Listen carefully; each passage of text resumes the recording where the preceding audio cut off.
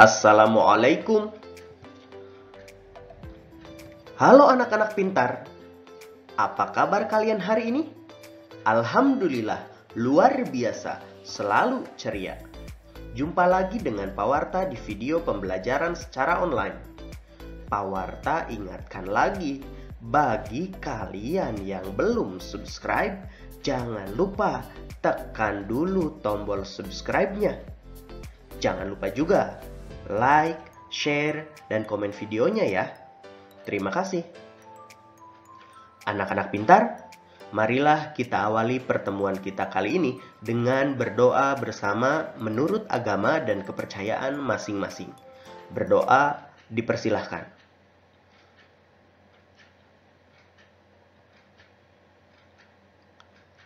Selesai. Anak-anak pintar, siapa lagi ya tokoh yang terkenal pada zaman kerajaan Hindu, Buddha, dan Islam di wilayah Nusantara? Oke, untuk menjawab pertanyaan tersebut, marilah kita pelajari materi mengenai Kerajaan Majapahit berikut ini. Pada akhir masa kejayaan Hindu-Buddha, muncullah tokoh-tokoh yang membawa kejayaan Kerajaan Majapahit. Kerajaan Majapahit dikenal sebagai salah satu kerajaan terbesar di Nusantara. Hampir seluruh wilayah Nusantara berada di bawah kekuasaannya. Masa kejayaan Kerajaan Majapahit ini terjadi pada masa kepemimpinan Raja Hayam Wuruk. Pada masa itu, Kerajaan Majapahit terkenal dengan patihnya yang bergelar Mahapatih Gajah Mada. Siapakah dia? Mengapa dia bisa sampai terkenal? Bahkan bisa dibilang ketenarannya melebihi rajanya sendiri. Apa sih keistimewaan Patih Gajah Mada ini?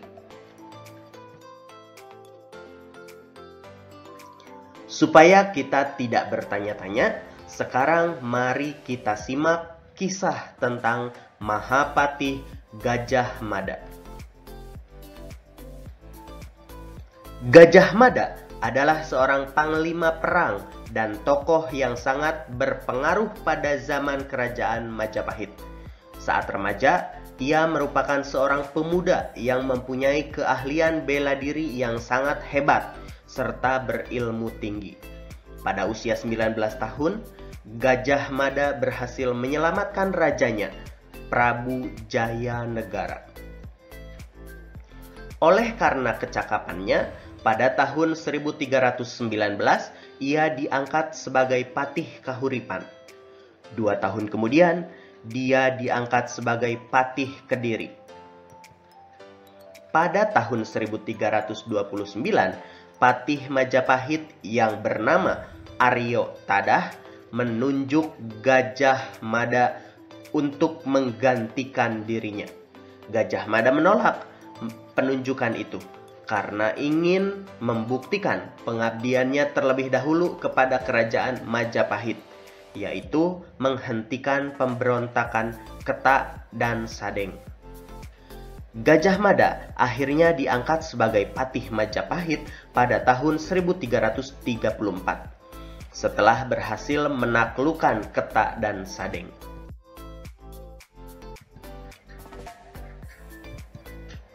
Pada tahun 1336, Gajah Mada mengucapkan Sumpah Palapa, yaitu janji bahwa ia tidak akan memakan buah palapa, sejenis rempah-rempah, bila belum berhasil menguasai pulau di Nusantara.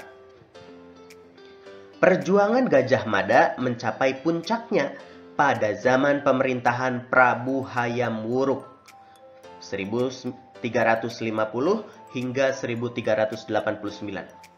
Pada masa itulah Majapahit mencapai keemasannya. Dari Kitab Negara Kertagama dapat diketahui bahwa daerah kekuasaan Majapahit hampir sama luasnya dengan wilayah Indonesia yang sekarang.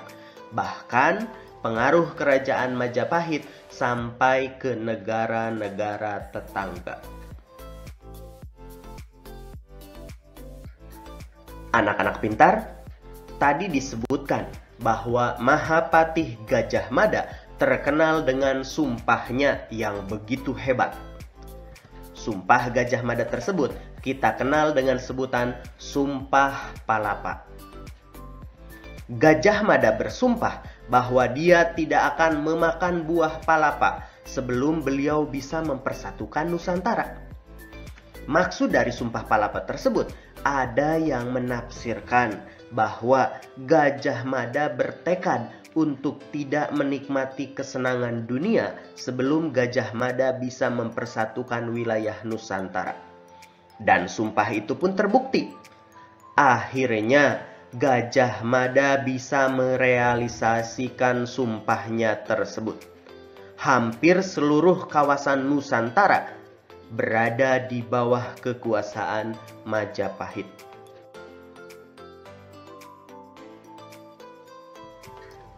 Perjuangan Gajah Mada sampai saat ini tetap dikenang. Hal ini dibuktikan dengan digunakannya nama Gajah Mada sebagai nama jalan utama sejumlah kota di Indonesia.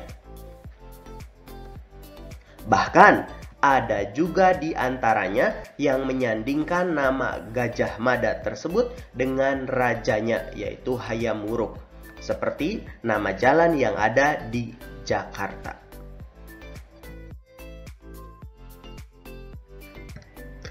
Kebesaran nama dan kejayaan Majapahit dapat pula dilihat dari peninggalannya berupa candi, yaitu Candi Penataran yang berada di kota Blitar, Jawa Timur.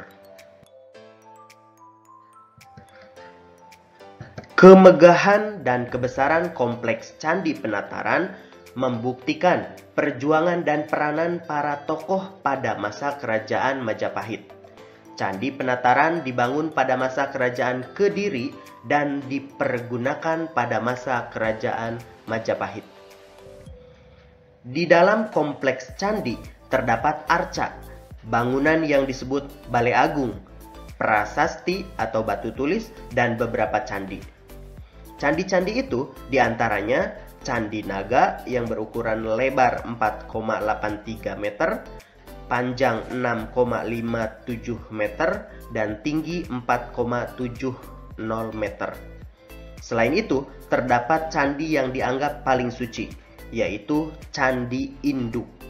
Candi Induk terdiri atas 3 teras bersusun dengan tinggi keseluruhan 7,19 meter. Sekarang waktunya kalian mengerjakan tugas. Jawablah pertanyaan berikut dengan tepat dan jelas. Nomor 1. Hal baik apa yang dapat kamu contoh dari sikap Gajah Mada? Nomor 2, apakah Gajah Mada bisa disebut sebagai pahlawan pada masa kerajaan Majapahit? Jelaskan. Silahkan kalian jawab kedua soal tersebut pada buku tugas kalian masing-masing. Selamat mengerjakan. Anak-anak pintar, Gajah Mada adalah tokoh yang memiliki jiwa kepahlawanan yang luar biasa. Tokoh yang pantang menyerah dan tak pernah gentar. Nah, anak-anak pintar, apakah kalian masih ingat dengan lagu Maju Tak Gentar? Ya, pada pertemuan sebelumnya, kalian telah menyanyikan lagu Maju Tak Gentar. Siapakah pencipta dari lagu Maju Tak Gentar itu? Lagu Maju Tak Gentar, ciptaan C. Simanjuntak. Lagu Maju Tak Gentar ini dinyanyikan dengan tempo marsia. Ada yang tahu tempo marsia itu seperti apa? Tempo marsia artinya lagu dinyanyikan dengan kecepatan seperti orang berbaris. Tempo marsia ini biasanya digunakan pada lagu-lagu bertema perjuangan. Berikut ini beberapa contoh lagu wajib nasional yang menggunakan tempo marsia. Ada lagu Bangun Pemudi Pemuda, ciptaan A. Simanjuntak. Kemudian lagu Garuda Pancasila, ciptaan Prohar dan Sudarnoto. Lalu Berkibarlah Benderaku, ciptaan Ibu Sud. Lagu Halo Halo Bandung, ciptaan Ismail Marzuki. Dan lagu Merah Putih, ciptaan Ibu Sud.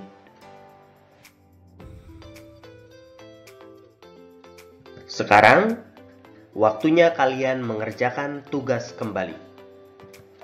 Nyanyikan salah satu lagu wajib nasional dengan tempo marsia. Silahkan kalian videokan dan kirim ke guru kalian masing-masing. Selamat mengerjakan.